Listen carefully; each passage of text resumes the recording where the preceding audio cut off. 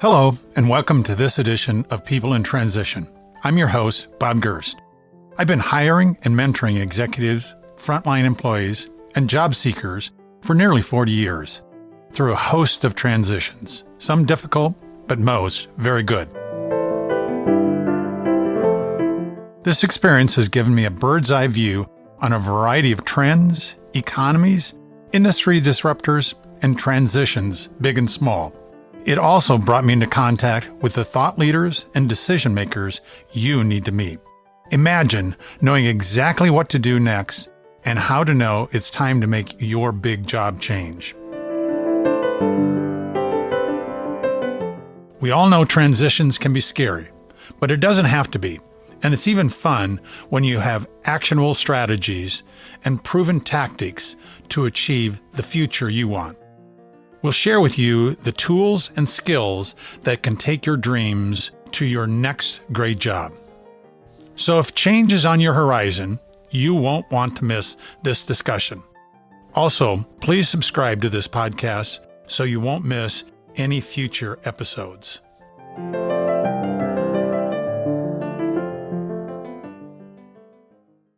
Neha Dixit-Naik, thank you so much for being a part of People in Transition today. Thank you so much for having me, Bob, and thank you to all the listeners who are tuning in. I am super excited to be here today. Neha, I always ask my guests, when you were a child, what was it that you thought you wanted to be when you grew up? Yes, funny story. So I actually wanted to be a doctor growing up. And there were two reasons for that. First and foremost, my dad's sister, who is my aunt, runs her own hospital in India. And I've always considered her to be one of my role models. And so I think that was really cool to watch her do that. And then secondly, I loved the medical drama shows like Grey's Anatomy and House MD and all that stuff. And, I thought, okay, I should give this a shot. So that's what I really wanted to be when, I grew up. And what were the transition moments that you went through from that picture of yourself as a doctor as a child to where you're at today?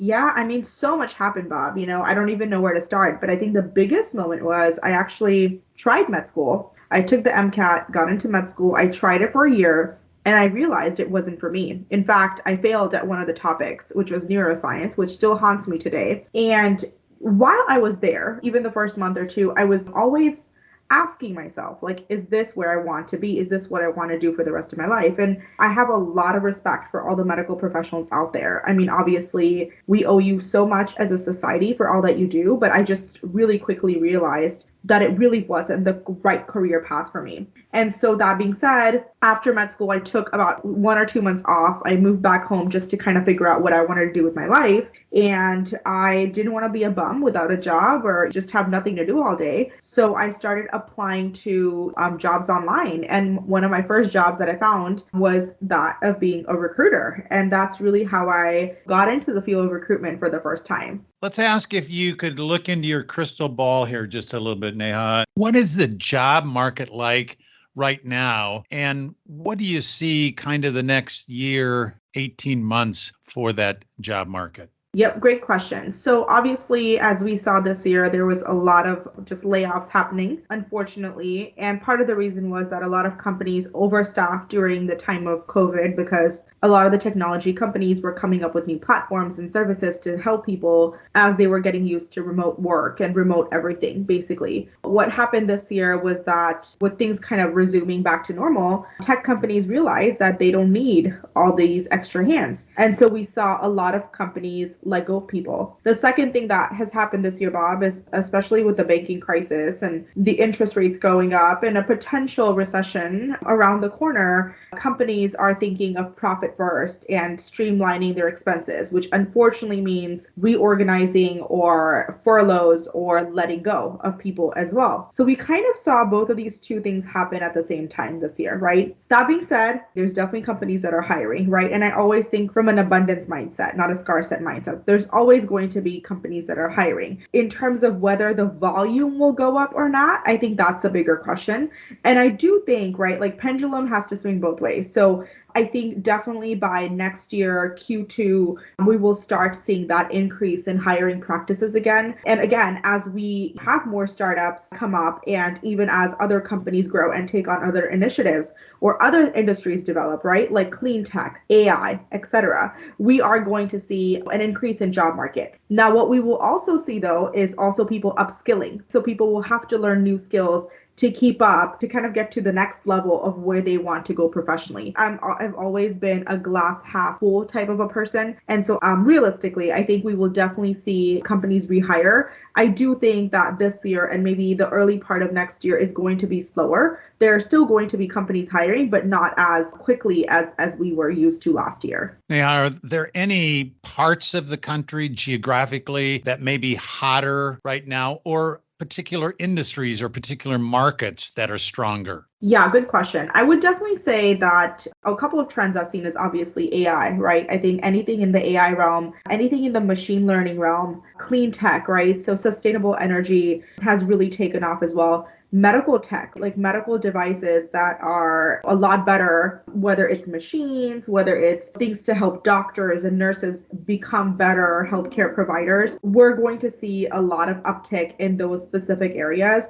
I think we're also going to see a lot of uptick in sales professionals, right? Because at the end of the day, sales teams can either make or break the company. So we're going to continue to see that rise. From a geographic standpoint, we know that the Bay Area has always been a hot spot, and not that it won't continue to do so, but I do know a lot of companies and people are relocating to other parts of the country as well. So I do think that coming from Houston, Texas, I am a Texan, I do think we're going to start seeing more and more companies shift specifically to Texas. I know that's been something that's been talked about. And Tesla has already done it. Some of the other companies have already done it, and it's going to continue to do so. So yeah, I'm actually really, really excited about that specific trend.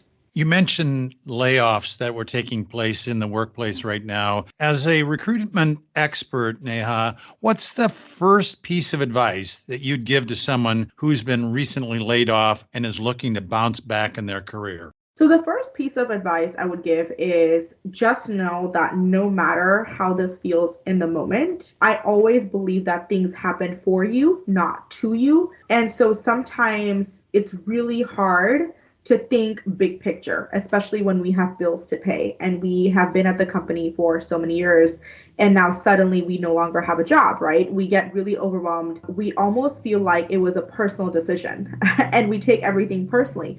But I think it's really important to take a 20,000 foot view of what has happened to you and think through why it has happened, and not like because, oh my gosh, because I was not a good employee or whatever, but just take a big picture of like what happened. There must be something happening at the company level for it to affect you directly. And so try to depersonalize that because that always helps. And then I would say start putting things into motion. So set your intentions, start jotting down what your next job looks like, start going to career fairs, start networking, start, sending connection requests to people on LinkedIn, because I know some people who will get laid off and mope and mope and mope. But I think for you to get to the next stage, it's okay to have a couple of days to kind of let it sink in and feel bad about it. But at some point, you've got to take action, right? And you've got to take aligned action. So what I always encourage people is not to apply to hundreds of roles. Be strategic about it. Make sure your LinkedIn, your resume, your video resume is up to date. And make sure that when you apply to positions, they are actually positions that you'll be happy with. Again, this is a financial thing, right? Like some of us can't afford to wait for a long time to get that next position, and that's fine.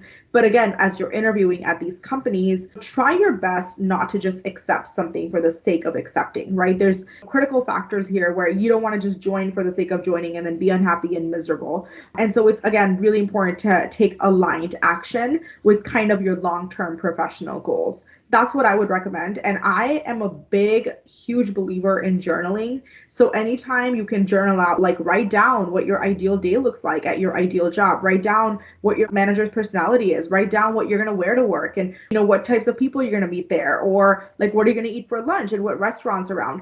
All that visualization and journaling is actually really going to help you get that dream job of yours before you know it. Neha, you've mentioned LinkedIn on several occasions. How should someone who's looking for that next great job use LinkedIn or any type of technology in their search? That's a really good question. I would say that LinkedIn has kind of become our first impression these days. So anytime someone reaches out to you or emails you, the first thing we do is either Google them or find them on LinkedIn. And so I think when you are looking for your next opportunity, first and foremost, make sure your LinkedIn is up to date because you don't know who's watching you and what they're kind of getting from your profile. And so again, first impressions matter. So make sure your LinkedIn, your picture, all that stuff is updated. The second thing that I would do is start making a list of positions that you are interested in. So for example, if you are interested in working as a full stack engineer at a smaller company, start connecting on LinkedIn with individuals who are decision makers at those companies, like co-founders, CEOs, VP of engineering, even people that are there right now doing the job that you would eventually like to do. And then start messaging them like, hey, I'm on the job market. Here's my background. I'm a big believer in video resumes, which is like creating a short video clip of you talking into the camera, telling people about yourself, and then sending that, right? Because that makes such a big impression. And just offer like networking calls. Like, hey, I'm looking to network. Here's my Calendly. Can you jump on a 10 to 15 minute call? I will say, Bob, you just never know where these types of interactions and calls will end up, right? Like they may know someone who knows someone who knows someone who can find you a job. And so the world is really a small place, despite of what we think. And I've had so many opportunities come my way because I've taken the time to send personalized messages. I've taken the time to do a video resume.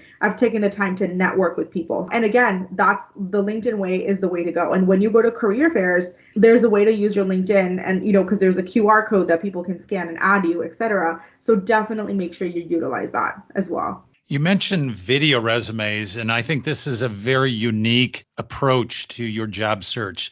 Can you talk just a little bit more about a video resume? What are the component parts? How do you make it? Where do you use it? Video resumes are actually not supposed to be this huge production, right? And so a lot of people kind of get scared when I use those words video resume because they're like, oh my gosh, do I need a camera crew? Like what's going on? It's really you recording yourself for about a minute to 90 seconds on your accomplishments and what you bring to the table as a professional, right? And so highlighting your education skills, your communication skills, your technology stack. What are some of the things that you have done at your current or previous companies? It allows the hiring manager to kind of see you and listen to you before even talking to you. And so reading a resume versus watching someone do a video resume, it's a whole another outlook. And so they get a sense of your energy, they get a sense of your passion, they get a sense of your motivation, they get a sense of where you're going to be and what success means to you right after that 1 minute to 90-second video. So again, what I typically do for a video resume and what I advise my clients is you can, get a script written or you can hire someone like me to write a script for you basically, but you would just sit there and say that, practice that script out and then go ahead and record yourself on a Zoom or a Loom or whatever, and then you can send that in with the job application. And would you put something like that on your LinkedIn site? You can, of course. Yes, you can put that as part of your profile picture, or you can have a separate link in the description that says, here's my video resume. How can an individual who's been laid off shift their mindset to really view this as an opportunity for career growth and not a failure or a setback? Yes. So I think sometimes it's hard not to take things personally when they happen to us. But I think one of the things that we've been conditioned to think about that society teaches us is failing is a bad thing. But I don't necessarily believe that. I was laid off from a job. And, back then I was, of course, heartbroken. I was absolutely devastated, as a lot of us can get in these situations. But the next opportunity that I got, Bob, it was literally my dream job. And I was so thankful that I was laid off when I was laid off. Otherwise, I wouldn't have this opportunity. So even though it's really hard to think that, okay, there's something better coming your way, I promise you there's something better coming your way. Whether it's a business opportunity, whether it's a better job, whether it's better salary, whether it's you having a super flexible work schedule and you can attend each of your child's soccer games, there is something better out there for you, right? And the way you shift that mindset is, again, going back to journaling and going back to, okay, what's causing you the anxiety and putting actions kind of in play, right? You can't just sit around and wait for things to manifest. You have to go after them yourself. And so I say, again, setting aligned intentions, going after things that very well align with what you want to do, and, really embracing the abundance mindset, right? Because a lot of us get into that scarcity, like, oh my gosh, there's layoffs everywhere and AI taking over jobs. And when am I ever going to find the jobs? But just know that the universe has more than enough for everybody. And it's just about fine tuning your energetic self with what you're looking for and then you will get it. It's literally, you can't not get it. Neha, what are the key elements that a laid off individual or someone who's just looking for their next job, what should they include or highlight in their resume or in their LinkedIn profile that's going to help attract potential employers? So the very first thing that you need to talk about is a transformation. And when I say a transformation, I'm talking about a transformation that you've been in charge of at your current or previous position. So when I joined, we were only closing 12% of the deals. And then once I started working there, we were closing 60, 70% of deals. That's a transformation. You're showing a transformation. I think that's the biggest thing. And including numbers and data, percentage increase, percentage decrease. If you decrease turnover of clients, if you increase client retention, that's huge. So you want to talk about, percentage and numbers. So I would say that's the first thing. The second thing that you want to talk about is what did you learn from when you were at the business, right? So what are some things that you learned in addition to what you already knew? And then third thing, which is actually people always forget, but any type of a hobby that you have, anything that you do from an extracurricular standpoint, I think is huge because it adds a dimension to you and your background. So again, I think those three things are non-negotiable. In my opinion, I think you should definitely talk about that. And then you can also talk about any soft skills that you have, right? So you're good at communication, you're transparent, you get things done on time, you really believe in deadlines and structure. I think that's awesome. And then if you do have any references who you've already spoken to and gotten their approval for you to use them as references, you can also add those in there because then it tells the people that are, reviewing your background that you are confident in your references, which is always a really good sign. Let's say that you've been laid off from your job and you've been out for a number of months. How do you show that in your resume or in your LinkedIn profile? I would just be honest. I would just say like January 1st to May 31st, 2023, laid off, but always give a reason why. So you want to find out why you were laid off, right? In more often than not cases, especially what we've seen this year, it's structural reorganization, it's budget cuts, it's optimizing profit. And so again, write down what that looks like. Write down why you were laid off and then write down what you've been doing to get a job. So like I had somebody the other day send a resume over and it said laid off, but I've applied to over 150 positions, interviewed at 16 companies, etc. Write down and show them what you're doing in that time. So it doesn't look like you're just hanging around watching TV all day, right? And I would also say if you can like volunteer at an organization that's of passion to you, you can spend some time there too. And you can show that like during my time that I was laid off, I volunteered at this organization. Or if you've always wanted to travel the world and you were able to afford to do that after your layoff, then maybe even do that and say that you traveled the world for a month and went to all these exciting countries because it again adds a dimension to who you are as a person. From your experience as a seasoned recruiter, what are some of the most sought after skills or attributes that employers are looking for in candidates? Definitely communication skills, someone who can take ownership of a project and run with it, someone who really believes in structure. And when I say structure, I'm not talking about like structure specifically and how they work, but just like deadlines and just making sure things get done on time with kind of high quality. And then finally, someone who's a culture add, right? Like we definitely want to work with people who are going to add culture to our company and not necessarily cause drama or rips within the company. So I would say those are definitely the four things that companies and hiring managers are looking for when they interview candidates. I'd like to go back and talk some more about that person who's been laid off since we have so many of our listeners that are in that situation. Can you share a few successful examples or strategies that you've seen where individuals have leveraged a layoff as a catalyst for their significant career advancement? Yes, so many of them. I was working with a product manager back in March who was unfortunately let go of one of the FANG companies, right? The big companies. And he came to me and he said, I'm the primary breadwinner.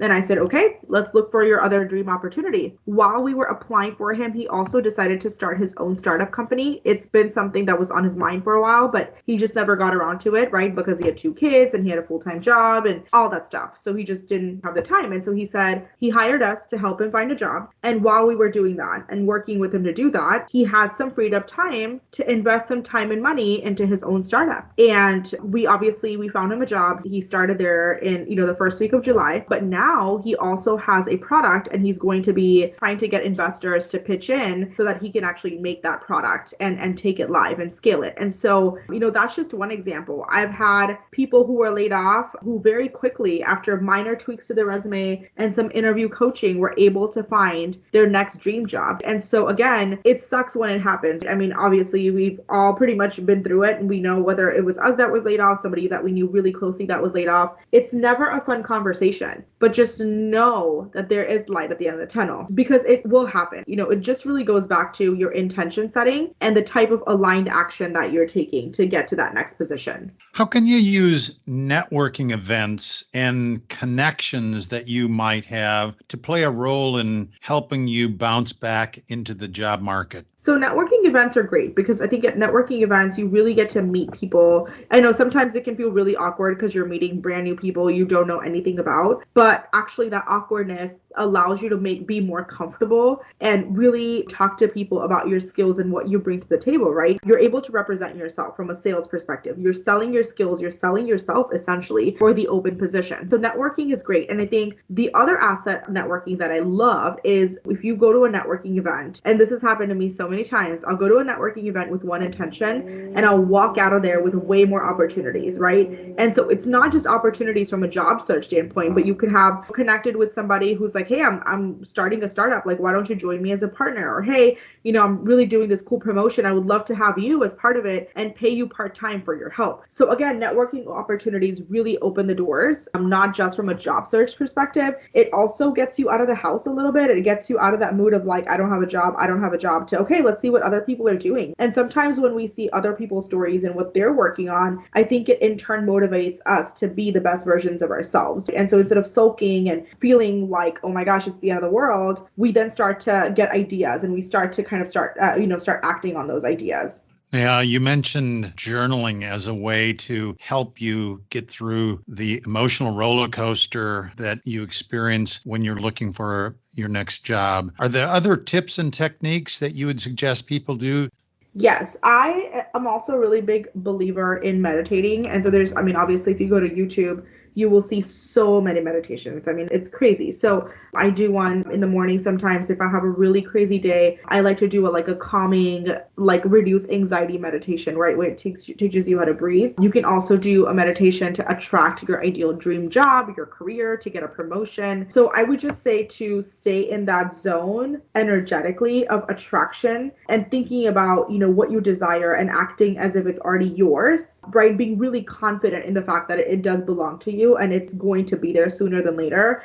I think it's the key. But again, I know when you think of meditation, we think of like somebody in the forest far, far away, just sitting there for hours. But literally meditation can also be, you dropped off your kids, and I do this, drop my kids off, I come back, and before I hit the gym, it's just 5 to 7 minute meditation clips that I find on YouTube. But it really sets the mood for the day, right? Because I walk into the day feeling calm and relaxed instead of walking in with anxiety and stress. And so I think if you are struggling right now from a mental standpoint, like feeling anxious or feeling like overwhelmed because you don't know where to go or what to do to get that next position, meditation always really helps calm the nerves down.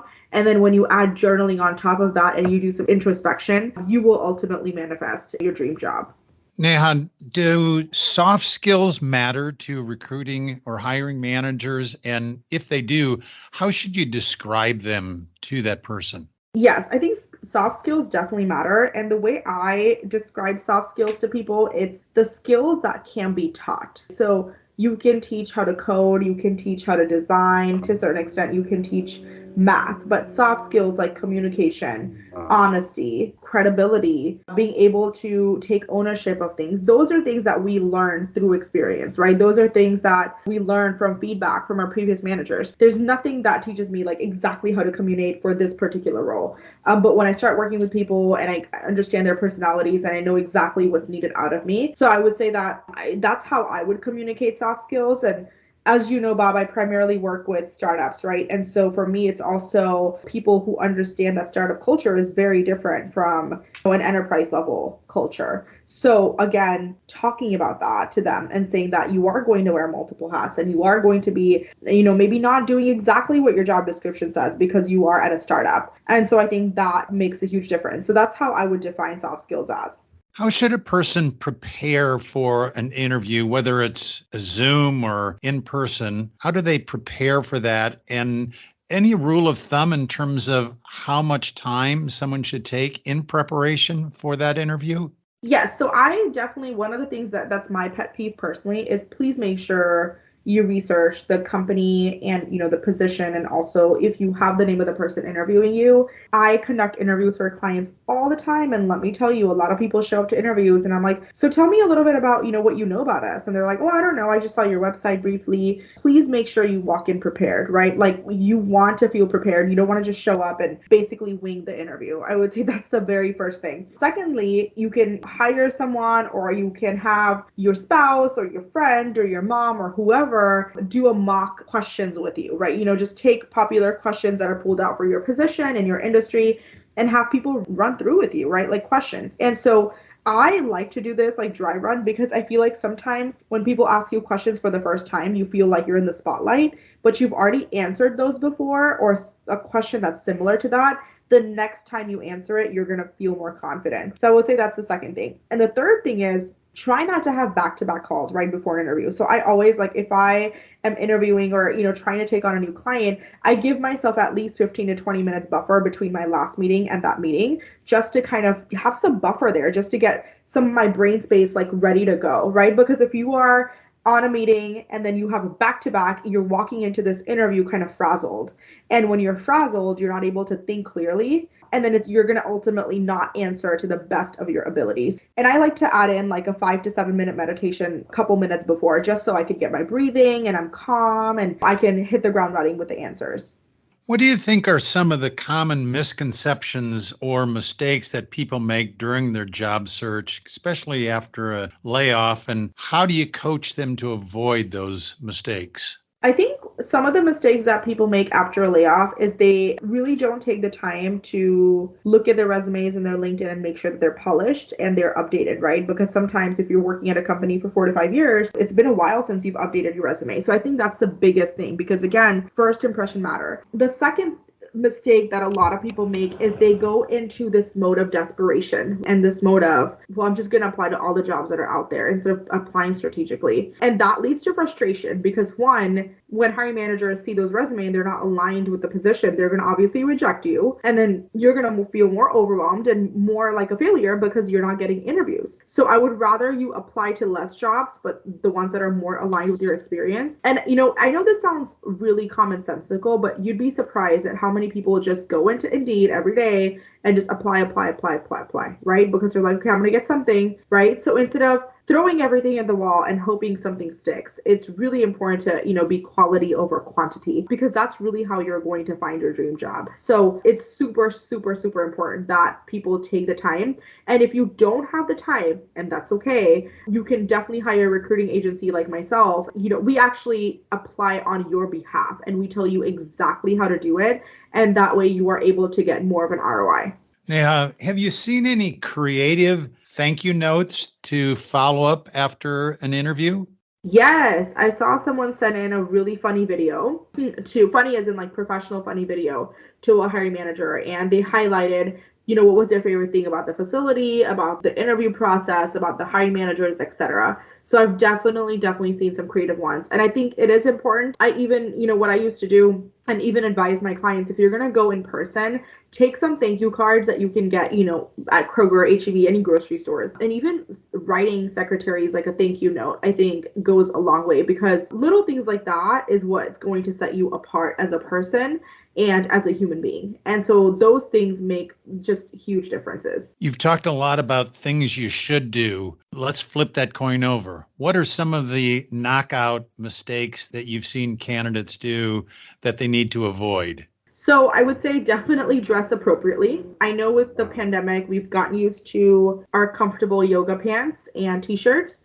But when you're doing an interview, whether it's a Zoom or in person, you need to be somewhat, I don't want to say formal clothes, but business casual, right? Like make sure Again, your first impression. Secondly, make sure that you log in or show up to the event at least 10 to 15 minutes. Like, I would rather you wait in the parking lot. I see a lot of people, oh, I have to do this. And so, or, I'm running late. And then that's just not good, right? For your first impression again. So make sure you park there early ahead of time. So there's no issues of traffic, or if you have a Zoom meeting, you log on ahead, make sure your Zoom doesn't update right at the second that you're supposed to meet, or your computer doesn't go into like restart mode for whatever reason, because that's happened to all of us. I would say that's the second thing. And third thing is, show up as your true authentic self. It's okay to be nervous. It's part of being human. No one's expecting you to show up confident, ready to answer all the questions perfectly, but you have to be authentic and you have to come prepared, right? Know what you're interviewing for, know what the compensation range is, come up with a list of questions to ask at the end of each interview, because a lot of people don't do that. And you're not asking me questions, I don't think you're interested in my business. That's how I would feel, right? And so show up with some questions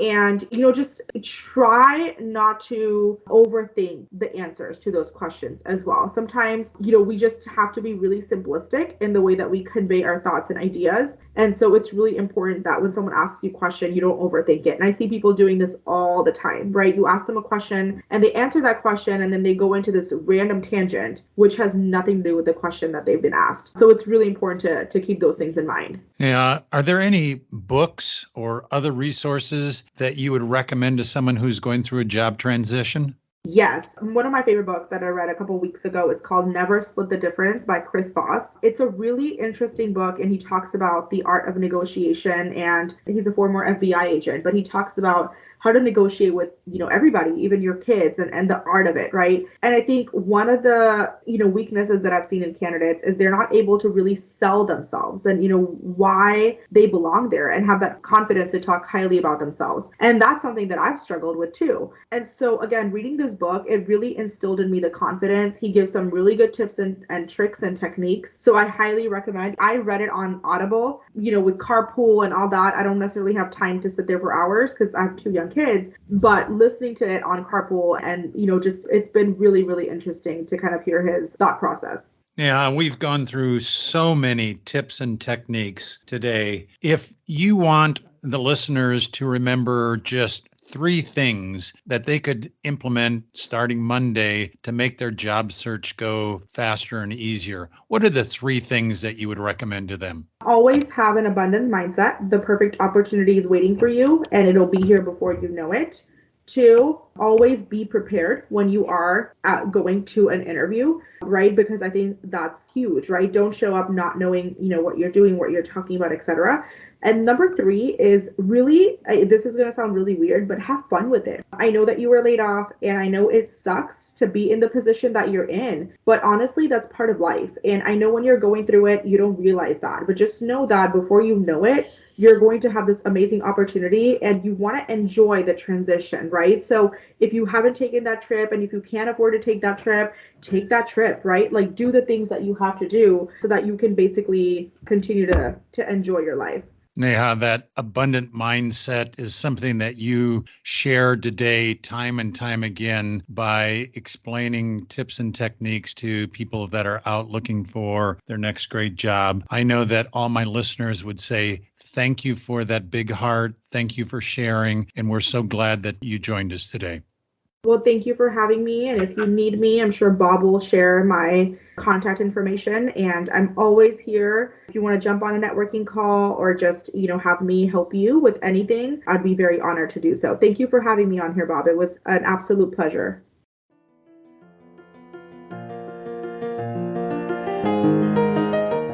Thank you for listening. We're working in unprecedented times.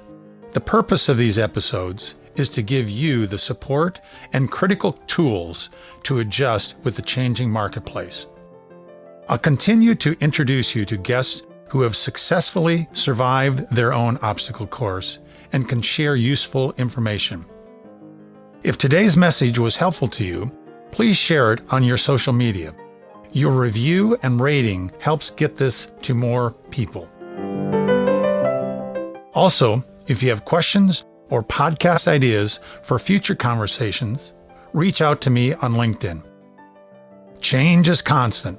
The more prepared you are for it, the better and easier the change will occur. Thank you again. This is your host, Bob Gerst. See you at our next episode.